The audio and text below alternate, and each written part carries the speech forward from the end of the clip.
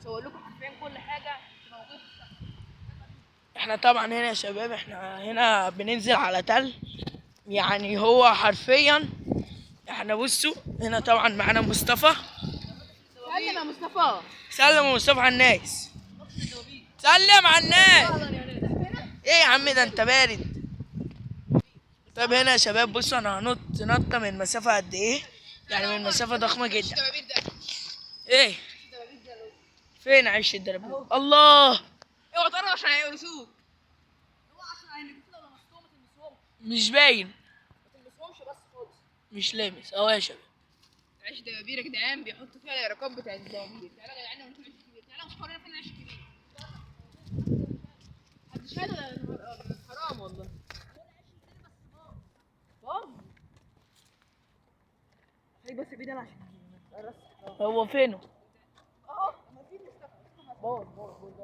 ده يا جدعان عيش دبابير بس بايظ مهجور بقاله فتره. تعالوا بقى يا جدعان ننزل المنطقه دي.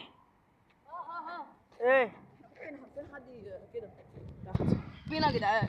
اهو يا شباب مصطفى المغامر. هو صراحة احنا كنا قاعدين نصور الجزء الأول، وهو الصراحة يعني بصوا بصوا يا شباب ما شاء الله الحتة اللي هنا في نخل وفي حاجات. ننسى كده تعملوا سيور تاني كمان زي اللي مسكوه من شوية. طيب طبعا يا شباب احنا ليه بنصطاد؟ علشان احنا يا شباب بنديهم لناس بيصدروا زواحف، فاحنا يعني احنا يعتبر ان شاء الله يعني هنبقى مصدرين، ولكن احنا بنصطاد علشان يا شباب بتطلب مننا شحنات من يعني هو بيطلب مننا يا شباب شحنات من السحالي ديت، وبيطلب مننا برضك شحنات من التعابين، فاحنا بنصدر بندي يعني للناس المصدرين وهم يصدروا الناس طبعا صحابنا مصدرين كبار جدا يعني في مصر مش قليلين. فاحنا دلوقتي هي طبعا رحلة الصيد. صورني اهو كده بخيل. يلا يا جدعان ننزل دلوقتي هنا هنرفع النخله دي. لا بص احنا الاول بس هنشوف الحاجات اللي هنا. تعالى نرفع. ارفع يلا مصطفى. ارفع دي اهو يا شباب ياسين بنفسه وهو بيصطاد. صياد حلزونات. ارفع للاخر عشان ممكن تلاقي.